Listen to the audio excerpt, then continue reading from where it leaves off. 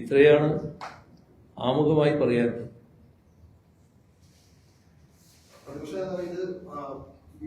PSCയുടെ secretary വിളിച്ചിരുന്നു, അതുപോലെ DGP വിളിച്ചില്ല. DGP നേരത്തെ വിളിച്ചിരുന്നു. ഈ PSCയുടെ സെക്രട്ടറി വിളിച്ചിരുന്നു ഒരു അമിതാധികാര പ്രയോഗം ഗവൺമെന്റ് ഭാഗത്ത്. തീർച്ചയായും മിതാധികാര പ്രയോഗം ഇല്ലാത്ത അധികാരം പ്രയോഗിക്കുകയാണ്. ഇല്ലാത്ത അധികാരം പ്രയോഗിക്കുമ്പോൾ അധികാരമുള്ളവർ, അതിന് ബാധ്യതപ്പെട്ടവർ ഇടപെട്ട് സംസാരിക്കണം. അത് ശരിയല്ല എന്ന് പരസ്യമായി പറയണം. അത് ഉദ്യോഗസ്ഥന്മാർക്കുള്ള സന്ദേശം കൂടിയായി മാറും. ആ നിലപാട് ഇന്നത്തെ ഗവൺമെന്റ് സ്വീകരിക്കുന്നില്ല എന്നതാണ് ഞാൻ നേരത്തെ സൂചിപ്പിച്ച വിഷയം. ഇന്നലെ ഒരു ഹൈക്കോടതിയിൽ ഒരു വിധി ഉണ്ടായി. പാലത്തായി കേസിലെ പ്രതിക്ക് ജാമ്യം നൽകുകയും അദ്ദേഹത്തിന്റെ ശിക്ഷ മരവിപ്പിക്കുകയെല്ലാം ചെയ്തു. പ്രോസിക്യൂഷന്റെ ഒരു വീഴ്ചയായിട്ടാണോ സർക്കാർ CPM കാണുന്നത്? ആ കേസിന്റെ വിശദാംശങ്ങൾ എന്റെ കയ്യിലില്ല. പക്ഷെ ഈ കേസിൽ നേരത്തെ മുതൽക്ക് ചില ശരിയല്ലാത്ത സമീപനം സ്വീകരിക്കുന്ന ചില ആളുകളുണ്ട്. ആ സമീപനത്തിന് കുറച്ചൊരു അംഗീകാരം ആകുന്ന മട്ടിലായിട്ടുണ്ട് ഇപ്പോഴത്തെ കാര്യങ്ങൾ. ഇന്ന് ഗവൺമെന്റ് നേതൃത്വം കൊടുക്കുന്നവരിൽ ചില വിഭാഗക്കാരും ആ ഘട്ടത്തിൽ ഈ പറയുന്ന ശരിയല്ലാത്ത നിലപാടുകൾ സ്വീകരിച്ചവരുടെ കൂട്ടത്തിലായിരുന്നു. വ്യക്തികളല്ല, പ്രസ്ഥാനങ്ങളെയാണ് ഞാൻ പറയുന്നത്. അപ്പൊ അതിന്റെ ഭാഗമായിട്ടുള്ള കാര്യങ്ങളുണ്ടോ എന്ന് പരിശോധിക്കണം. എനിക്ക് അതിന്റെ വിശദാംശങ്ങൾ ഇപ്പൊ അറിയില്ല. ഈ വെള്ളാപ്പള്ളി നടേശനെതിരെ ഷംസീറിനെതിരെ ഒരു പ്രയോഗം കുറുക്കു വഴികളിലൂടെ കടന്നു വന്നിട്ടുള്ള ആളാണ് ഷംസീർ എന്നൊക്കെയാണ് വെള്ളാപ്പള്ളി പറയുന്നത്. ഇടത് നേതാക്കൾക്ക് ഇത്തരത്തിലുള്ള പരാമർശം ആവർത്തിച്ച് വെള്ളാപ്പള്ളി നടത്തുമ്പോൾ അത് ശരിയായ രീതിയാണ്? തീർത്തും അസംബന്ധമായ പ്രസ്താവനയാണ്. CPM-ലെ ഒരു നേതാവും കുറുക്കു വഴികളിലൂടെ നേതാവായി മാറുന്നതല്ല. നിരവധി കാലത്തെ പ്രവർത്തനങ്ങളിലൂടെയാണ് ഏതൊരാളും അതിന്റെ അംഗീകാരം എന്ന നിലക്ക് നേതാവായി മാറുന്നത്. പിന്നെ ഇത്തരത്തിലുള്ള വിലയിരുത്തലുകൾ പൊതുസമൂഹത്തിന് മുന്നിൽ നടത്തുന്നത് അവജ്ഞാപൂർവം പാർട്ടി തള്ളിക്കളയുന്നതുമാണ്. ഈ മംഗലാപുരം പാലക്കാട് മാറ്റിയതായിട്ട് വന്നിട്ടുണ്ട്. അത് ഇന്നത് വാർത്തയായിട്ട് വന്നിട്ടുണ്ട്. അത് വളരെ തെറ്റായ നടപടിയാണ്. കാരണം നമ്മുടെ സംസ്ഥാനത്തെ കൂടി അത് പ്രതികൂലമായി ബാധിക്കുന്നത്. അപ്പൊ അത്തരം കാര്യങ്ങളിൽ ഫലപ്രദമായ ഇടപെടലുകൾ ഉണ്ടാകേണ്ടതായിട്ടുണ്ട്. സംസ്ഥാന സർക്കാരും ശക്തമായി ഇടപെടണം. പാർലമെന്റിൽ MP-മാരും ശക്തമായി ഇടപെടുന്ന നിലയുണ്ടാകണം. നമ്മുടെ നാടിന് ഒന്നാകെ തന്നെ ഇതിൽ പ്രതിഷേധിക്കാനും പറ്റണം. അല്ല, റെയിൽവേയുടെ വരുമാനം കുറയുന്നു എന്ന് പറഞ്ഞ് പാലക്കാട് ഡിവിഷൻ തന്നെ ഇല്ലാതാക്കാനുള്ള ദൂഢ നീക്കം ഇതിന്റെ പിന്നിലുണ്ടോ എന്ന് നോക്കണം. അതും നമ്മൾ പരിശോധിക്കേണ്ട കാര്യമാണ്. അത്തരം ആപത്തുകൾ നിലനിൽക്കുന്നുണ്ട്. ഈ വഖഫിന്റെ നിയമനമായിട്ട് ബന്ധപ്പെട്ട് സർക്കാർ വീണ്ടും പുറകോട്ട് പോയിക്കൊണ്ടിരിക്കുകയാണ്. അതിലെന്താണ്? വഖഫിന്റെ കാര്യം പലവട്ടം പറഞ്ഞതുകൊണ്ടാണ് ഞാനിപ്പോ പറയാതിരുന്നത്. വഖഫ് വിചിത്രമായ നിലപാടാണല്ലോ സർക്കാർ സ്വീകരിച്ചത്. ഒരു ന്യായീകരണവും അതിനില്ല. കാരണം വഖഫ് കോഡ് പ്രവർത്തിച്ചുകൊണ്ടിരിക്കുകയാണ്. അതിനെതിരെ ഒരു പെറ്റീഷൻ കോടതിയുടെ മുന്നിലുണ്ട്. അത് അക്കാര്യത്തിൽ ഗവൺമെന്റ് അങ്ങോട്ട് പോയി പറയുകയാണ്, ഞങ്ങള് ഇത് പുനഃസംഘടിപ്പിക്കുന്നതിന് അനുകൂലമാണ്. അത് രണ്ടാളുകള് മുസ്ലിം ഇതര വിഭാഗത്തിൽ നിന്ന് വേണ്ടവരില്ലാത്തത് ശരിയല്ല. അവരെ കൂടി ഉൾപ്പെടുത്തി പുനഃസംഘടിപ്പിക്കാൻ ഞങ്ങൾ സന്നദ്ധമാണ് എന്നൊക്കെ അങ്ങോട്ട് പറയുക. അത്തരമൊരു നിലപാട് എന്തിനാണ് എടുത്തത്? ഇന്ത്യ രാജ്യത്ത് നമ്മുടെ സംസ്ഥാനം ഈ വഖഫ് കോഡ് പുനഃസംഘടിപ്പിക്കേണ്ടി വന്നപ്പോൾ ആ രണ്ട് അമുസ്ലിങ്ങൾ വേണമെന്ന വ്യവസ്ഥ അംഗീകരിക്കാതെ പുനഃസംഘടിപ്പിക്കാനുണ്ടായത്. മാത്രമല്ല, ആ നിയമത്തെ ചോദ്യം ചെയ്ത് അന്നത്തെ LDF സർക്കാർ സുപ്രീം കോടതിയിൽ കേസും ഫയൽ ചെയ്തിട്ടുണ്ട്. ആ കേസ് നടന്നുകൊണ്ടിരിക്കുകയാണ്. അപ്പോൾ ആ നിലപാടിലേ നിൽക്കേണ്ടത്. വഖഫ് കോഡ് ഒരു സ്റ്റാറ്റ്യൂട്ടറി ബോഡിയാണ്. അതിന്റെ കാലാവധി തീരുന്നതുവരെ ആ ബോർഡ് തുടരേണ്ടതാണ്. അതിനാവശ്യമായ സൗകര്യങ്ങളാണ് ഒരു സർക്കാർ ചെയ്തു കൊടുക്കേണ്ടത്. ഒരനുഭവം ഞാൻ പറയാം. 2016 ഞങ്ങൾ അധികാരത്തിൽ വരുമ്പോൾ അന്നത്തെ വഖഫ് ബോർഡ് ഉണ്ടായിരുന്നു. ആ വഖഫ് ബോർഡ് UDF സർക്കാർ നിയമിച്ച വഖഫ് ബോർഡായിരുന്നു. ഞങ്ങളത് തുടരട്ടെ എന്നാണ് വെച്ചത്. അതിന്റെ കാലാവധി പൂർത്തിയായപ്പോഴാണ് പുനഃസംഘടിപ്പിക്കുന്നത്.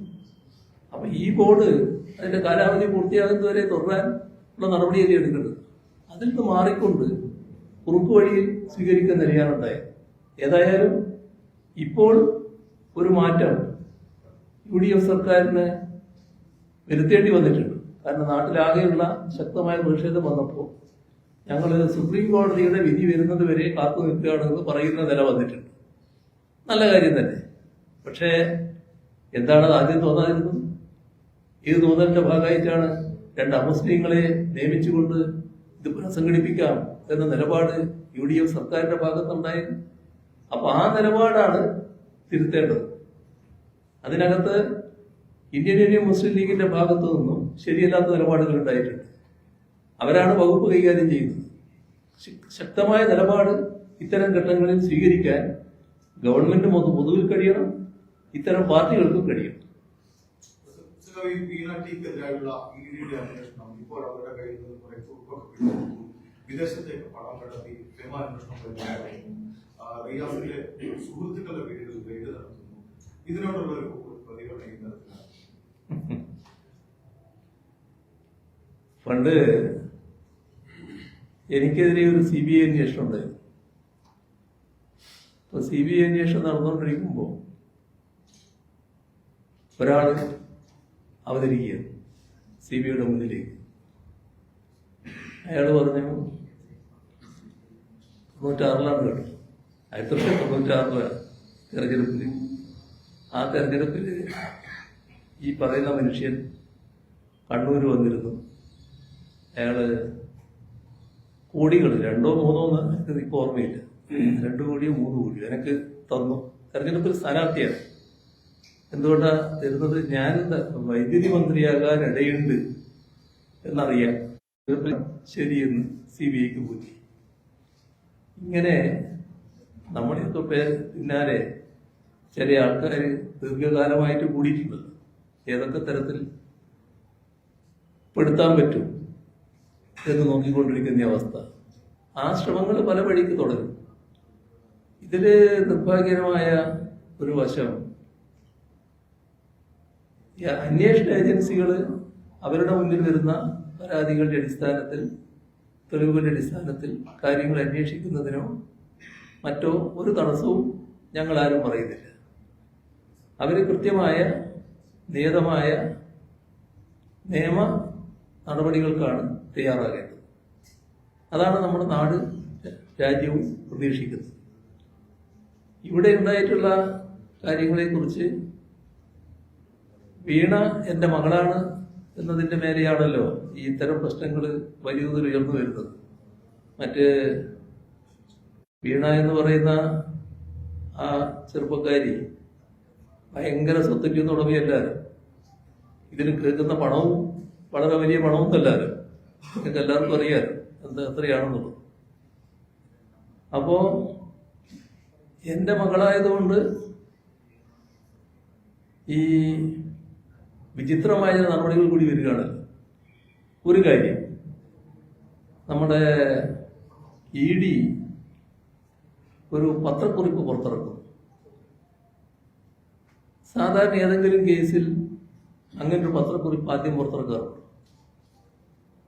ഇറക്കുന്ന പത്രക്കുറിപ്പ് എപ്പോഴും പത്രങ്ങൾ വാർത്തകൾ എടുക്കുന്നത് അവരുടെ വെബ്സൈറ്റിൽ നിന്നാണ്. സാധാരണ വെബ്സൈറ്റിലാണ് വിവരങ്ങൾ കൊടുക്കുക. അവർക്ക് കൊടുക്കേണ്ട വിവരങ്ങൾ കൊടുക്കും. അതിനകത്ത് ED കൃത്യമായി ആ പുറത്തിറക്കിയ സ്റ്റേറ്റ്മെന്റില്, പത്രക്കുറിപ്പില് പിണറായി വിജയൻ എന്നല്ല P. വിജയൻ എന്നാ പറഞ്ഞില്ല. അങ്ങനെ P. വിജയൻ എന്ന് പറഞ്ഞിട്ട് ആൾക്ക് മനസ്സിലാകാതിരിക്കുമല്ലോ. അപ്പോൾ മുൻ മുഖ്യമന്ത്രി എന്ന് കൃത്യമായിട്ട് പറയുന്നുണ്ട്. എന്താണ് അങ്ങനെ പറയാനിടയാകുന്നത്? എന്റെ മകളാണ് വീണ എന്നുള്ള കാര്യത്തിൽ ആർക്കും സംശയമില്ല, അതിനെപ്പറ്റി തർക്കമല്ല. പക്ഷെ എന്തിനാണ് എന്റെ പേര് ഈ സ്ഥാനപ്പേരടക്കം വെച്ചുകൊണ്ട് അതിൽ പറഞ്ഞത്? എന്താണ് അങ്ങനെ ഒരു വിചിത്രമായ നിലപാട് ഉണ്ടാകാൻ കാരണം? ഒന്ന് തിരിക്കട്ടെ, അങ്ങനെ ആയാൽ തന്നെ എന്ത് കാരണത്താലാണ് ഇത്തരം ഒരു പ്രസ്താവന നേരത്തെ കൊടുക്കൽ ചെയ്യാൻ പാടില്ലാത്ത നടപടിയാണല്ലോ. അപ്പൊ നമ്മുടെ സംസ്ഥാനത്ത് ഇത്തരം കാര്യങ്ങളിൽ ഞാനുമായിട്ട് ബന്ധപ്പെട്ട കാര്യങ്ങളാകുമ്പോൾ ഏതെങ്കിലും തരത്തിൽ എൻ്റെ അടുത്തേക്ക് കൂടി എത്തിക്കാൻ പറ്റുമെന്ന് ചിന്തിക്കുന്ന പല ആളുകൾ കാണുമല്ലോ. അങ്ങനെയുള്ളതിൽ ഏറ്റവും അധികം എന്നോട് വലിയ ഇത്തരം താല്പര്യം പ്രകടിപ്പിക്കുന്ന ചില മാധ്യമങ്ങളുണ്ട്. അതിലൊന്നാണ് മലയാള മനോരമ. മാമൻ മാത്യു ആണല്ലോ അതിൻ്റെ തലപ്പത്തിരിക്കുന്നതാണ്. മാമൻ മാത്യുവിന് മലയാള മനോരമയിൽ നിയന്ത്രണമില്ലാന്നൊന്നും ആർക്കും പറയാൻ കഴിയില്ല. ഇവര് സാധാരണ നില വിട്ടാണല്ലോ പെരുമാറിക്കൊണ്ടിരിക്കുന്നത്. എവിടുന്ന് കിട്ടിയ തെളിവിന്റെ അടിസ്ഥാനത്തിലാണ്, ഏത് അന്വേഷണ ഏജൻസി കൊടുത്ത തെളിവിന്റെ അടിസ്ഥാനത്തിലാണ് വീണ പണം ഈ പറയുന്ന ഭർത്താവ് മുഹമ്മദ് റിയാസിന്റെ അക്കൗണ്ടിലേക്ക് മാറ്റിയെന്ന് പറഞ്ഞത്? ഏത് തെളിവിന്റെ അടിസ്ഥാനത്തിലാണ് റിയാസ് പണം ഹവാലിയായിട്ട് ഉപയോഗിച്ചിരുന്നോ, അങ്ങോട്ട് അയച്ചിരുന്നോ, അതൊക്കെ റിപ്പോർട്ട് ചെയ്തു. ഇപ്പോൾ നിയമ നടപടിക്ക് റിയാസ് തയ്യാറായില്ല എന്നുള്ളതല്ല എൻ്റെ വിഷയം. എങ്ങനെയാണ് നമ്മുടെ കേരളത്തിലെ പ്രധാനപ്പെട്ട മാധ്യമങ്ങളിൽ ഒന്നായ മാമൻ മാത്യു നേതൃത്വം കൊടുക്കുന്ന മലയാള മനോരമക്ക് ഇത്തരത്തിൽ ഒരു ശരിയല്ലാത്ത വാർത്ത കൊടുക്കാൻ കഴിഞ്ഞത്? അവർ സൃഷ്ടിക്കല്ലേ വാർത്ത? അങ്ങനെ വാർത്തകൾ സൃഷ്ടിക്കലാണോ നമ്മുടെ മാധ്യമങ്ങൾ ചെയ്യേണ്ടത്? പിണറായി വിജയന് നേരെയായാൽ എന്തും ചെയ്യാം, എന്തും സൃഷ്ടിക്കാം എന്നതാണോ അംഗീകരിക്കേണ്ട രീതി? എത്ര കാലമായി ഇങ്ങനെ തുടങ്ങിയിട്ട്? എന്താണ് ഇതിന്റെ ഫലം? നിങ്ങൾ ഉദ്ദേശിച്ച തരത്തിൽ എന്തെങ്കിലും കാര്യങ്ങൾ നേടിയെടുക്കാൻ കഴിയും? ഇവിടെ നിങ്ങളുടെ ചോദ്യത്തിന് എനിക്ക് പറയാൻ തോന്നേ ഉള്ളൂ, ഈ പറഞ്ഞ അന്വേഷണവുമായി ബന്ധപ്പെട്ട് അന്വേഷിക്കാൻ വന്നപ്പോൾ എല്ലാ രീതിയിലും വീണ സഹകരിച്ചിട്ടുണ്ട്. ഒരു വ്യത്യാസവും അതിൽ കാണിച്ചിട്ടില്ല. അത് ഏത് അന്വേഷണത്തോടും സാധാരണഗതിയിൽ നമ്മൾക്ക് സ്വീകരിക്കേണ്ട നിലപാടാണ്. അത് പൂർണ്ണമായി സഹകരിച്ചിട്ടുണ്ട്. ഇനിയും വിവരങ്ങൾ എന്തെങ്കിലും വേണമെങ്കിൽ ആ വിവരങ്ങൾ നൽകുന്നതിനും വീണയുടെ ഭാഗത്ത് യാതൊരു മടിയും ഉണ്ടാവില്ല. എന്നെ സംബന്ധിച്ചിടത്തോളം ഒരു കാര്യം ഉറപ്പാണ്. അതുകൊണ്ടാണ് ഞാൻ നല്ല ആത്മവിശ്വാസത്തോടെ തന്നെ പറയുന്നത്. അത് മാമൻ മാത്യു മനസ്സിലാക്കുന്ന നല്ലതാണ്. അതുകൊണ്ടാണ് മാമൻ മാത്യുവിന്റെ പേര് ഞാൻ പറയുന്നത്. മാമൻ മാത്യു എൻ്റെ അടുത്ത സുഹൃത്താണ്, അല്ലാത്തതുകൊണ്ടല്ലേ. അയാളും കാര്യങ്ങൾ മനസ്സിലാക്കണമല്ലോ. എനിക്ക് പൂർണ്ണമായ വിശ്വാസം, അത് പൂർണ്ണ ബോധ്യം, ഞാനോ എൻ്റെ മകളോ എൻ്റെ കുടുംബാംഗങ്ങളിൽ ആരെങ്കിലും ഒരു ഹവാല ഏർപ്പാടിന് നിന്നിട്ടില്ല. ഒരു ഹവാല ഏർപ്പാടുമില്ല. എല്ലാം സംശുദ്ധമായി നടക്കുന്നുണ്ട്. ഞാൻ നേരത്തെ പറഞ്ഞൊരു വാചകമുണ്ട്, ഈ കൈകൾ എല്ലാ കാലത്തും ശുദ്ധമാണ്, ഇനിയും ശുദ്ധമായിരിക്കും. ഇതിൽ കറവറിന്റെ ആക്കാം എന്ന് ധരിക്കണ്ട. അത് മാത്രമേ മാമൻ മാത്യുയോടും മലയാള മനോരമയോടും നമുക്ക് പറയാം.